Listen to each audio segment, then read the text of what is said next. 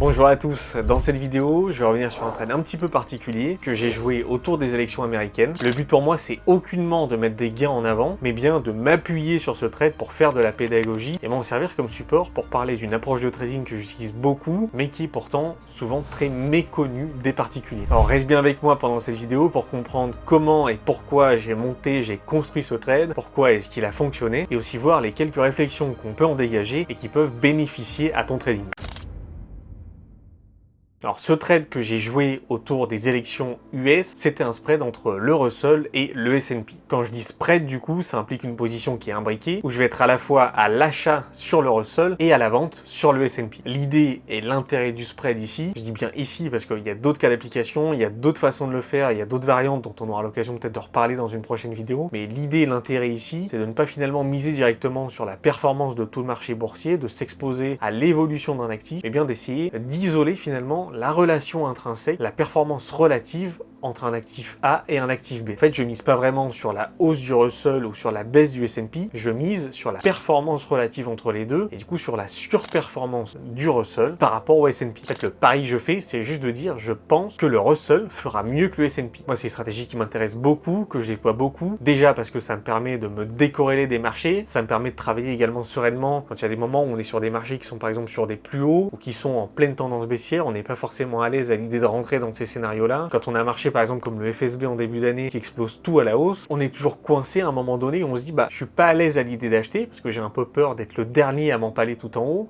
et en même temps parier à la baisse sur un actif qui est aussi véloce et qui monte tout comme ça en explosant, je suis pas non plus très à l'aise à l'idée de peut-être me faire empaler dans l'autre sens. Ça me permet d'éliminer un petit peu cette problématique puisque je joue plus réellement l'actif, je joue la performance relative entre deux actifs. Puis ce qui est intéressant également, c'est qu'en cas de mouvement adverse du marché, si la position part un petit peu contre moi, en général c'est des positions qu'on travaille dans le temps, c'est des positions qu'on répare, c'est des positions qu'on renforce, donc ça me permet d'être assez flexible et de pouvoir manœuvrer, de pouvoir réellement gérer ma position. Alors du coup la question maintenant pour creuser un petit peu plus, ça va être pourquoi ce trade? Le Russell 2000, c'est essentiellement composé de petites capitalisations américaines. C'est généralement des valeurs très domestiques, très axées, très exposées au marché intérieur. C'est directement le cas avec le Russell puisque 90% des revenus du Russell se font directement aux États-Unis. À l'inverse, le S&P, il est beaucoup plus composé de boîtes qui traitent à l'international et qui ont besoin et qui ont beaucoup recours au commerce international. Ça fait qu'elles y sont plus exposées, qu'elles sont aussi plus exposées et plus dépendantes à l'économie globale et on va dire un petit peu à la situation géopolitique. L'idée du coup au travers de ce trade, on l'a plus ou moins déjà compris je pense, c'était de s'exposer à une victoire de Trump. Il y a beaucoup des récents flux de marché qu'on a vu 30, 40, 45 jours avant le résultat des élections pointer déjà un petit peu vers une victoire de Trump. On avait une sorte de pricing d'un mandat Trump avec des valeurs plutôt liées à Trump et qui seraient plutôt à même d'être favorisées sous un mandat Trump qui commençait à bien parfait. Et moi ce qui m'intéresse particulièrement sur le Russell 2000 et justement ce scénario d'un mandat de Trump, c'est qu'en fait c'est un petit peu le secteur, le segment de marché qui est le mieux positionné pour profiter au maximum d'un mandat de Trump. Les trade wars, les guerres commerciales, on va dire le cheval de bataille de Trump, finalement c'est plus nuisible pour les entreprises qui sont fortement exposées à l'international et les boîtes très domestiques, très axées sur le commerce directement, sur le marché intérieur des États-Unis, sont assez peu affectées par ça, ce qu'on a pu voir dans les précédents épisodes en fait de trade war. On a au final des entreprises domestiques qui ne subissent que peu les impacts, les turpitudes de cette agitation politique. Pendant la précédente trade war de Donald Trump, on a vu que ce sont les entreprises domestiques et les entreprises défensives qui ont su vraiment tirer leur épingle du jeu et qui ont eu tendance à mieux performer. C'est une surperformance qui s'est d'autant plus marquée entre les boîtes domestiques et les industries un petit peu défensives et également très orientées domestiques quand on les met en relief, en comparaison avec des boîtes qui sont très exposées à l'international. On a aussi le fait que Trump souhaite baisser entre guillemets drastiquement les taxes qui pèsent sur les entreprises et là encore, le Russell 2000 est le mieux positionné pour en bénéficier. Alors le mieux positionné pourquoi? En fait, le Russell, quand on le mesure au travers de l'EPS, qui est du coup le BPA, le bénéfice par action, le earnings per share, c'est le plus réceptif, le plus sensible à une modification, on va dire de la pression du barème fiscal et c'est le secteur qui bénéficie le plus d'une baisse donnée dans la pression fiscale. Pareil ici, on voit bien l'impact en fait directement notamment sur les cours du dernier TCJ de Trump, TC qui est en fait pour Tax Cuts, et on voit comment ça a littéralement propulsé, catapulté les actions qui étaient jusque-là un petit peu écrasées par la fiscalité. On peut également parler de l'environnement macro vers lequel on se dirige, où la dynamique est plutôt finalement à la baisse de taux. On voit que le Russell surperforme très largement le S&P dans les périodes de baisse de taux. Et il y a un autre point également qui est assez important à noter sur cette thématique un petit peu de taux d'intérêt, de dette, etc. C'est que contrairement au S&P, une grosse partie de la dette du Russell est flottante, entre guillemets, on va dire à taux variable. Et du coup, une baisse des taux d'intérêt, ça va se répercuter assez directement, se transmettre assez directement aux actions qui constituent le Russell. Et ça va très vite alléger en fait la charge de la dette qui actuellement, avec les niveaux de taux d'intérêt qu'on connaît, a un petit peu tendance à écraser, à asphyxier ces boîtes. On voit également qu'au-delà de la simple notion d'entreprises qui ont une exposition domestique, la composition du Russell est plutôt pas mal pour s'exposer, pour profiter entre guillemets d'un mandat de Trump, puisque quand on regarde un petit peu les poids lourds du Russell, une fois de plus, au-delà du côté domestique qui est très fort, qui est très important, qui est très intéressant pour nous évidemment, mais on voit que ces poids lourds sont en fait en droite ligne pour bénéficier d'un mandat de Trump et de la politique entre guillemets que l'on connaît et que l'on veut prêter à Trump, avec tout ce qui est dérégulation, soutien à l'industrie, soutien entre guillemets à l'effervescence de la nation, protectionnisme, dérégulation financière, dérégulation sur les énergies, investissement massif pour entre guillemets l'avenir des États-Unis, soutien à l'innovation, etc., etc. Mais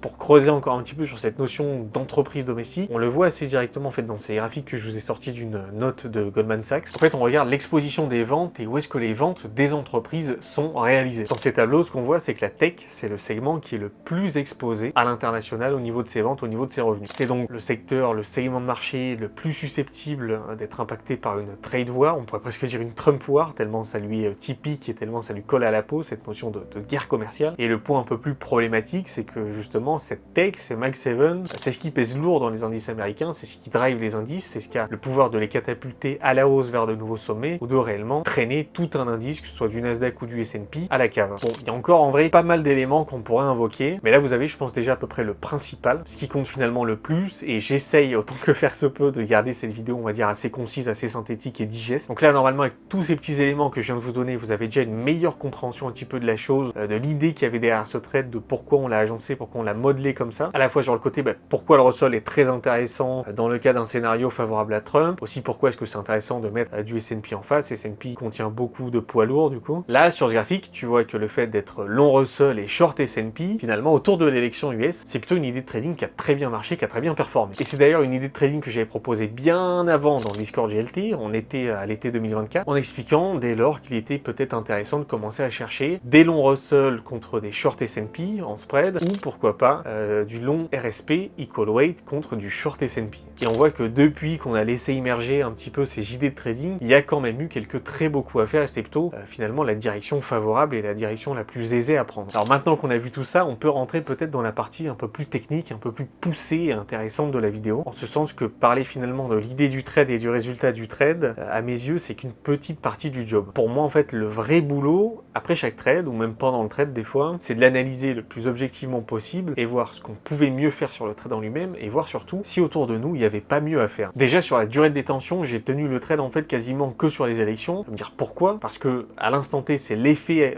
direct que je voulais capturer, à court terme du coup, mais aussi parce que j'ai déjà pas mal d'ETF Russell en portefeuille. Là aussi d'ailleurs, j'avais donné le call dans le Discord GLT quand j'étais rentré dessus. Donc c'est pas comme si à côté, je laissais filer mon exposition Russell et mon opinion sur le Russell, en coupant ce trade finalement après 24 heures. En fait, l'idée d'un spread, c'est rarement des jours en une seule fois, c'est des positions qu'on va monter, qu'on va modeler généralement sur plusieurs entrées. Par contre, même si le trade est gagnant, là où j'ai pas été bon, c'est qu'en fait à côté, en parallèle, il y avait beaucoup mieux, presque plus intelligent et plus simple à mettre en place. Et finalement, on connaît la politique de Trump, il a annoncé ses cartes, on sait ce qu'il veut faire, on sait ce qu'il réserve à la Chine, on sait ce qu'il réserve à l'Europe, on sait comment il fonctionne, on sait les barrières douanières qu'il veut imposer, notamment en Europe, on sait à quel point il adorerait démanteler le secteur automobile Europe, qui est quand même un des poumons financiers un petit peu de l'Europe, sur le segment industrieux. Et compte tenu, entre guillemets, de l'impact que va avoir le mandat de Trump sur l'Europe, une idée de trading vers laquelle on aurait pu se tourner, c'était de se dire, on est long US, on est short Europe, par exemple, long Russell, et short DAX ou short stocks. Ou pour rester en France, cocorico, si par exemple on regarde un spread, on est acheteur de Russell et en face on est vendeur sur le CAC 40. Ici, en blanc sur le graphique, c'est le spread Russell S&P, et en magenta, tu as le spread Russell CAC 40. Et tu vois que ce spread, où finalement on joue US contre Europe, il a fonctionné bien plus fort que notre spread de départ. Il a été vachement plus performant. Une autre idée de trading trading que je vais travailler et que je vais surveiller, c'est d'être long RSP, long d'un indice S&P 500 equal weight et short S&P. L'intérêt de l'equal weight, c'est que tu n'as pas finalement de réels poids lourds qui peuvent à eux seuls, sous l'effet de leur poids, tirer tout l'indice dans un sens ou dans l'autre. Et si par exemple on considère qu'on va commencer à perdre un petit peu en vitesse et en potentialité sur la Big Tech US et qu'on va peut-être du coup assister à finalement un rattrapage du reste du marché, ça peut être un positionnement intéressant à adopter, surtout avec ce qu'on a vu,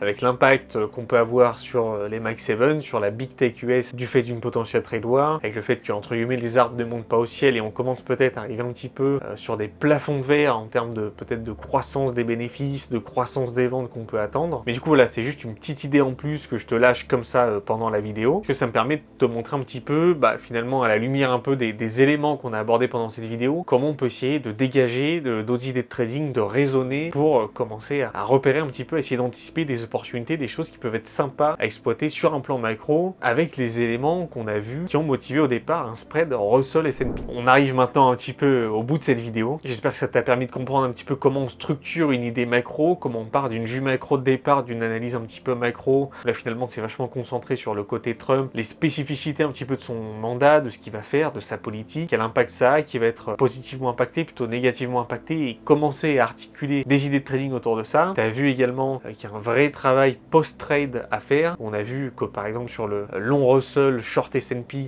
c'était pas mal, mais qu'on aurait pu faire beaucoup mieux en faisant un long Russell, short CAC 40. J'espère que ça aura aussi permis d'éveiller un petit peu ton intérêt, ta curiosité pour des stratégies un peu moins directionnelles, comme du coup le spread trading qu'on a abordé. Et comme toujours, si la vidéo t'a plu, pense bien à mettre un petit like, un petit commentaire, nous faire un retour, nous dire ce que t'en as pensé. C'est toujours très bon pour le référencement et ça nous aide beaucoup à faire découvrir la chaîne. Quant à moi, je te dis à très vite dans une prochaine vidéo et bon trade.